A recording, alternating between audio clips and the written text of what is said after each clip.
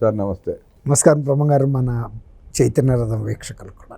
సాటి స్త్రీని అంత ఇబ్బంది పెట్టిన 42 రోజుల పాటు అరాచకం చేసి భయభ్రాంతులకు గురి చేసిన సాక్షి అలా రాయడానికి కారణం ఏంటంటారు? ఆ పిఎస్ఆర్ ఆంజనేయుల్ని ఎలాంటి శిక్ష విధించాలంటారు ఆయనకి? ఇప్పుడు ఇంతవరకు మన ఆంధ్రప్రదేశ్ చరిత్రలో నేను ఇతర రాష్ట్రాల గురించి కూడా చెప్పలేను, అంటే ఎక్కడ కూడా ఇలా జరగలేదు. మన ఆంధ్రప్రదేశ్ చరిత్రలో మాత్రం ఇలాంటి సంఘటన జరగలేదండి. ఒక అమాయకురాలైనటువంటి ఒక మహిళ మీద కిడ్నాప్ చేసి తీసుకొచ్చినట్టే దాదాపుగా, అంటే సుపారీ ఇచ్చి కిడ్నాప్లు చేస్తారు చూసారా ప్రైవేటు దాదాలు, అలాంటి సంఘటన జరిగింది. అది ప్రభుత్వంలో జగన్మోహన్ రెడ్డి గారు సీఎంఓ కార్యాలయం నుంచి ఇచ్చిన ఆదేశాలతో పిఎస్ఆర్ ఆంజనేయులు అప్పటి ఇంటెలిజెన్స్ డీజీగా ఉన్న వ్యక్తి వెళ్ళి వీళ్ళిద్దరిని మళ్ళీ కాంతిరావు టాటా అండ్ విశాల్ గున్నీలు కూడా పిలిపించి తర్వాత వాళ్ళ కింద అధికారులను ఆదేశించి అమ్మాయి కేసు బుక్ చేయకముందే అక్కడికి వెళ్ళి బాంబేలో అమ్మాయిని అరెస్ట్ చేసి ఆ అమ్మాయి మీద ఒక తప్పుడు ఫోర్జరీ ఫ్యాబ్రికేటెడ్ కేసు పెట్టి ఆ అమ్మాయిని వాళ్ళ తల్లిదండ్రులు కూడా తీసుకొచ్చి విజయవాడ ధర్మల్ VTPS ఆ పవర్ స్టేషన్కి సంబంధించిన గెస్ట్ హౌస్లో, అదే ఎలూఫ్గా ఉంటుంది, ఆ గెస్ట్ హౌస్లో నిర్బంధించి తర్వాత ఇంకా రకరకాల పోలీసు సీక్రెట్ ప్రదేశాల్లో ఆమెని నిర్బంధించి ఆమె గ్యాడ్జెట్స్ మొత్తం సెల్ ఫోన్లు ల్యాప్టాప్లు అన్నీ స్వాధీనం చేసుకుని ఎంత మానసిక క్షోభకు కూడా గురి చేశారండి. అంటే మనం చెప్పకూడదు, మన మొగాళ్ళం అయ్యి మెన్సెస్ వచ్చిన టైంలో ఒక ఈ ప్యాడ్స్ ఉంటాయి కదా, శానిటరీ ప్యాడ్స్ కూడా ఇవ్వకుండా ఒక రాక్షస మనస్తత్వంతో వేధించారండి. ఆ అమ్మాయిని వేరే వాళ్ళ మీద ఆమె కేసు పెడితే దాన్ని ఉపసంహరించడం కోసం ఆంధ్రప్రదేశ్ పోలీస్ శాఖ ఒక కిరాయి కోటిగాడి పని ఒప్పుకుంది. దాన్ని ఈ కేసు అది వాళ్ళ ప్రభుత్వం ఉన్నప్పుడే ఆ అమ్మాయి ఫిర్యాదు చేసినా ఇక్కడ ఎవరు పట్టించుకోకపోవడంతో నిస్సహాయరాలై వెళ్ళిపోయింది. కూటమి ప్రభుత్వం ఏర్పడిన తర్వాత ఇలాంటి అరాచకాల మీద ప్రభుత్వం స్పందిస్తుందని తెలిసి మళ్ళీ ఆ అమ్మాయి వచ్చి ఇక్కడ కేసు పెడితే ఆ అమ్మాయి స్వతహాగా డాక్టర్ కూడా చదివిన అమ్మాయి అండి, విద్యాధికారులు, కుటుంబం కూడా విద్య కలిగిన కుటుంబం అది. వాళ్ళ నాన్నగారు కూడా నేవీలో పనిచేశాడు.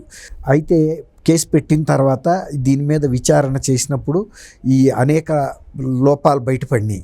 ఇది కేవలం పిఎస్ఆర్ ఆంజనేయులు ఆనాటి జగన్మోహన్ రెడ్డి గారి మౌఖిక ఆదేశాల ప్రకారం తన కింద ఉన్న 2-3 IPS ఆఫీసర్ని, తర్వాత DSP క్యాడరు, CI క్యాడరు, SIల్ని వీళ్ళందరినీ కూడా దుర్వినియోగం చేసి వాళ్ళంతా కూడా సస్పెన్షన్లో ఉన్నారండి.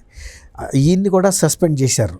చేసిన ఈయన నేను జైల్లో ఉంటే ఎలా ఉంటుందో చూడాలనే ఒక క్రేజీ ఆలోచనతో మిగిలిన 2 రాణా అండ్ గున్ని ముందస్తు బెయిల్కి వెళ్ళారు, ఇచ్చారు. ఈయన అసలు వెళ్ళలేదు. బహుశా నేను సూత్రధారుణ్ణి కదా, నేనే వెళ్తే కోర్టు ఇవ్వదేమని నేను భయపడ్డాడు, మరి ఏంటో తెలియదు. అంటే ఆయన అహంకారం అంటే ఏంటంటే సార్, ఢిల్లీ స్థాయిలో లాబింగ్ చేసుకుంటూ కూర్చున్నాడు. నన్ను అరెస్ట్ చేయలేరులే, నా జోలికి రారు, నాకు ఏదో కేంద్రంలో పెద్ద పెద్ద తలకాయల అండ ఉంది అన్న భ్రమల్లో ఉంటా ప్రభుత్వాన్ని కవ్విస్తూ వచ్చాడు. ఇంతకుముందు అరెస్ట్ అయిన వాళ్ళకి కానీ అరెస్ట్ కాబోయే వాళ్ళకి కానీ సలహాలు ఇచ్చుకుంటా, మీరు కోర్టులో నాకు తెలియదు, నేను మర్చిపోయా, నా ఫోన్ పోయింది, ఈ 3 మాటలు చెప్పండి అంటూ కేసును తప్పుదారి పట్టించే ప్రయత్నం చేస్తూ వచ్చాడు. ఇవాళ అరెస్ట్ అయ్యేటప్పటికి కంగు తిన్నాడు మనిషి. అరెస్ట్ అయినా ఆయన కంగు తినలేదండి, ఇంకా కూడా మేకపోతు గాంభీర్యం మీదే ఉన్నాడు. బహుశా ఆయనకి ఆ ధైర్యం కూడా ఉందేమో నేను చెప్పలేను. చూస్తే మాత్రం ఆయన ఒక భయపడుతున్నట్టుగానో లేకపోతే బాధపడుతున్నట్టుగానో, చేసిన సంఘటనల పట్ల పశ్చాత్తాపడుతున్నట్టుగా కూడా లేదు. నేను చేసింది కరెక్ట్, నేను చేయలేదు, ఇదే నేను పార్టీ ఇన్ పర్సన్గా కోర్టులో హాజరయ్యి చెప్తాననుకున్నాడు, చెప్పాడు. కానీ సర్కమ్స్టాన్షియల్ ఎవిడెన్సెస్ ఉంటాయి. తర్వాత ఈ కస్టడీ రిపోర్టు వాళ్ళు ఇచ్చే ఆ రిపోర్ట్లో కూడా ప్రతి అంశాన్ని వాళ్ళు సబ్స్టాన్షియేట్ చేశారు. అంటే అన్ని ఆధారాలు కూడా దానికి అటాచ్ చేసి చూపించారు. అంటే ఒక సినిమాలాగా చూపించారు కాబట్టి వాళ్ళు ఆయన కస్టడీకి ఇవ్వాల్సి వచ్చింది. ఆయన అరెస్ట్ కూడా వెళ్ళిపోయాడు. అయితే ఏంటంటే మీరు అన్నట్టు నాకు ఢిల్లీ లెవెల్లో ఉంది, నేను ఒక DG క్యాడర్ అధికారిని అనే అహంభావం ఉండొచ్చు. జగన్మోహన్ రెడ్డి గారి టైంలోనేమో ఎట్టి పరిస్థితిలో కేసు పెట్టరని ఆయన ఏదైతే ఊహించాడో అది కరెక్ట్గా జరిగింది. ఆయన ఊహించినది ఏం జరిగిందంటే 35 ఏళ్ల పాటు జగన్మోహన్ జగన్మోహన్ రెడ్డి గారు ఉంటాడు, 4-5 ఏళ్లలో నేను రిటైర్ అయిపోతా కాబట్టి ఇక నాకేమీ డోకా ఉండదు అనుకుని ఉండొచ్చు. తర్వాత ఇంకోటి ఏంటంటే జగన్మోహన్ రెడ్డి ఆ 30 ఏళ్లలో అసలు నా జీవితం ఉంటుందో ఉండదో ఇక కాబట్టి నాకుండ భయం ఏం లేదనే ఒక ధీమాలోనే ఉన్నాడు ఆయన. ఖచ్చితంగా ఆ ధీమా అయితే ఉంది. కానీ ఆయన అనుకోని పరిస్థితుల్లో ఇవాళ అరెస్ట్ అవ్వటం అయింది. రెండోది ఇవాళ సిఐడి కస్టడీకి కూడా ఇవ్వమని సిఐడి కోర్టు 3 రోజులు కస్టడీకి ఇచ్చింది. అసలు 3 రోజులు కస్టడీకి ఇవ్వటం అంటే ఒక రకంగా ఆ కేసు విషయంలో సిఐడి కోర్టు కూడా అవసరం అని భావిస్తున్నట్టుగానే అనిపిస్తుంది. ఎందుకంటే ఇది పెద్ద కేసు. తర్వాత ఈయన ఈజీగా సమాధానాలు చెప్తాడని అయితే అనుకోరు. అందువల్ల పొద్దున 10 నుంచి 5 గంటల వరకు లాయర్ సమక్షంలో చేయమన్నారు. తర్వాత కస్టడీకి ముందు కస్టడీకి తర్వాత హెల్త్ రిపోర్ట్ ఇవ్వమన్నారు. అంటే గత ప్రభుత్వంలో టార్చర్ పెట్టారు కదా రఘురామరాజుని, అలా టార్చర్ పెడతారేమో, కస్టోడియల్ టార్చరు అనే ఉద్దేశాన్ని బట్టి బహుశా నేను ఆ కోర్టు వారు అలా కూడా చెప్పుంటారని అనుకుంటున్నా. అందులో ఇది తీవ్రమైన కేసు. మీరు అన్నట్టు ఇలాంటి ఒక మహిళ మీద ఇంత దాష్టీకం జరిగితే ఒక మహిళ చైర్పర్సన్గా ఉన్న సాక్షి పత్రికలో ఈ పిఎస్ఆర్ ఆంజనేయులు గారిని సమర్థిస్తూ ఆ మహిళ మీద చేసిన దౌర్జన్యం సమంజసమేనని, ఆమెని ఆ రకంగా అవమానపరచడం లేకపోతే మానసిక క్షోభ పెట్టడం, అక్రమంగా నిర్బంధించడం, తల్లిదండ్రులతో సహా ఆమె ఆర్థిక వనరుల మీద దెబ్బ కొట్టడం, ఆ బ్యాంకు అకౌంట్లని సీజ్ చేయటం, తర్వాత సామాజికంగా ఆమెని బహిష్కరించే విధంగా ఇతరులకు కూడా హెచ్చరికలు పంపారు. ఆమెకి ఏ విధంగా కూడా మీరు సహాయం చేయొద్దు అని ఎవరిని, అంటే సోషల్ బాయ్కాట్ చేశారు. ఇలా పెట్టడం అనేది ఆ మనిషి ఒక మానసిక ధైర్యాన్ని దెబ్బతీయటమే కాదు, సమాజంలో కూడా ఆమె ఒక అభద్రతా భావానికి లోనయ్యి అత్యంత ఆత్మీయమైన బంధువులు కూడా ఆమెకి ఆదుకోలేకపోయారు. ఎందుకంటే పోలీసుల హెచ్చరికలు అలా ఉన్నాయి. మీరు కనుక ఆ అమ్మాయికి ఏ విధమైన లీగల్ సహాయం చేసినా, ఆర్థిక సహాయం చేసినా, నైతిక సహాయం చేసినా మీ భర్తం పడతామని బెదిరించారు. తర్వాత ఆ అమ్మాయి బ్యాంక్ అకౌంట్లు సీజ్ చేశారు. ఆమె చేసిన ఆర్థిక నేరాలు ఏమున్నాయి? అసలు ఆర్థిక నేరాల మీద కాదు కదా అసలు వీళ్ళు తీసుకొచ్చింది కూడా. ఆమె ఎవరి మీద, ఒక వ్యక్తి మీద కేసు పెట్టింది, ఒక పారిశ్రామికవేత్త మీద. అది బొంబాయిలో పెట్టింది. అసలు ఆ అమ్మాయికి ఆంధ్రప్రదేశ్తో సంబంధమే లేదు. కానీ అక్రమమైనటువంటి ఒక ఫోర్జరీ డాక్యుమెంట్ క్రియేట్ చేసి, అంటే 2018లోనే ఆమె ఒక జగ్గైపేట దగ్గర ఒక 5 ఎకరాల్లో ఎవరికో అమ్మటానికి అగ్రిమెంట్ రాసుకున్నట్టు, ఒక 5 లక్షలు తీసుకున్నట్టు. తర్వాత ఆమె అడ్రస్ కూడా బొంబాయిలో, ఆమె 2020లో బొంబాయి వస్తే 18 నాటికే ఇప్పుడు ఇవాళ ఉంటున్న అడ్రస్ రాశారు. అసలు ఆ నాటికి ఆమె అక్కడ లేదు. ఇలా అనేక అంశాలు. తర్వాత ఈయన బొంబాయిలో పోలీస్ అధికారులతో మాట్లాడటం, ఈయన పంపిన పోలీస్ అధికారులతో బొంబాయిలో ఉన్నప్పుడు మాట్లాడటం, తర్వాత ఈయన ముఖ్యమంత్రి కార్యాలయంలో ఉండి ఇతర పోలీస్ అధికారులను అక్కడ పిలిపించడం, ఇవన్నీ గూగుల్ టేక్అవుట్ ద్వారా అన్ని సాంకేతిక ఆధారాలు పోలీసుల చేతిలో ఉన్నాయి. ఇవాళ మొన్న కూడా పోలీసుల్ని బెదిరించే రీతిలో మాట్లాడాడు కాబట్టి అందుకని వాళ్ళు బహుశా 5 రోజులు అడిగారా తెలీదు, 3 రోజులు మాత్రం ఇచ్చారు. 3 రోజులు ఇవ్వటం కూడా ఎక్కువే, పర్వాలా, రీజనబుల్ టైమే అది.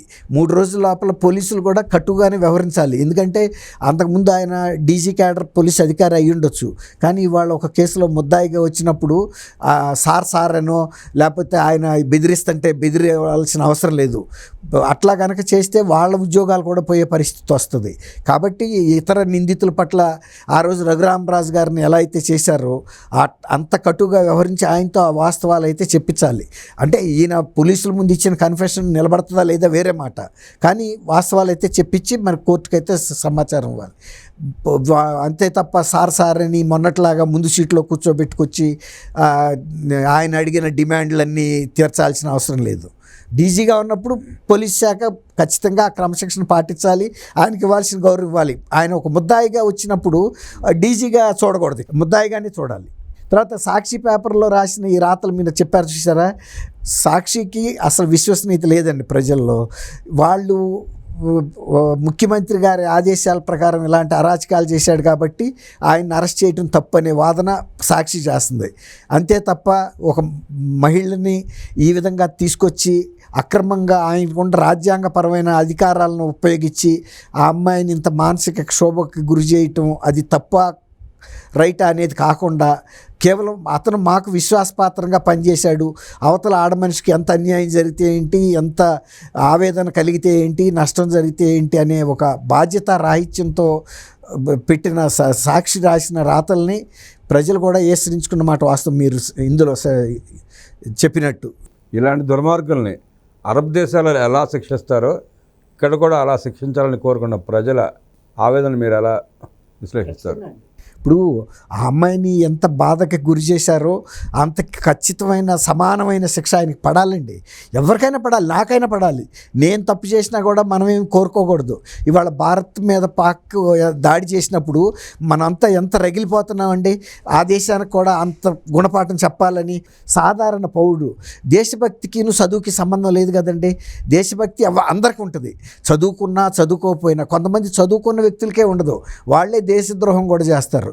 అలాంటిది మరి ఒక డీజీగా ఉన్న వ్యక్తి, ఇన్ని చట్టాలు తెలిసిన వ్యక్తి ఆ మహిళల్ని అక్రమంగా, పోలీసు వ్యవస్థ అనేది ఏమన్నా ఇతరులకి ఊడిగం చేసే సంస్థ? అదేమన్నా చట్టాన్ని, రాజ్యాంగాన్ని, ప్రజలకి రక్షణ కల్పించాల్సిన వ్యవస్థను తీసుకెళ్ళి ఎవరో వ్యక్తి అభిష్టానికి అనుగుణంగా ఆయన మోచేతి కింద నీళ్లు తాగుతున్నట్టుగా, ఆయన చెప్పు చేతల్లో పనిచేసే ఆయన ఎవరిని దండించమంటే దండిస్తారు, కిడ్నాప్ చేయమంటే చేస్తారు, వేధించమంటే వేధిస్తానికి ఉందండి పోలీస్ వ్యవస్థ.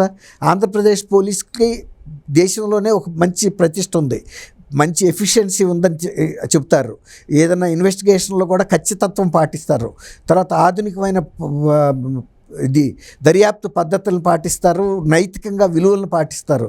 అలాంటి ఆంధ్రప్రదేశ్ పోలీస్ వ్యవస్థకే మచ్చ తీసుకొచ్చిన వ్యక్తిని పోలీస్ శాఖే గట్టిగా శిక్షించాలి. ఎందుకంటే ఇది వాళ్ళందరికీ కూడా వచ్చిన అప్రదిష్ట. ప్రభుత్వం అంటారా, ప్రభుత్వం వెళ్ళిపోయింది, కానీ పోలీస్ శాఖ మాత్రం కొనసాగుతుంది కదండి. ఏ ప్రభుత్వాలు వచ్చినా వాళ్ళ ప్రతిష్ట వాళ్ళకి నిలబడాల్సిందే, వాళ్ళ ఉనికి కొనసాగాల్సిందే. వాళ్ళని బట్టలిప్పి కొడతామంటే ఎవడో దుర్మార్గులు బట్టలిప్పి కొడతానికి ప్రజలు సిద్ధంగా లేరు. అటువంటి వాటిని ప్రోత్సహించరు. వాళ్ళ కుటుంబాలు బాగుండాలి, వాళ్ళు బాగుండాలి, వాళ్ళు ప్రజలకు రక్షణ కల్పించాలి.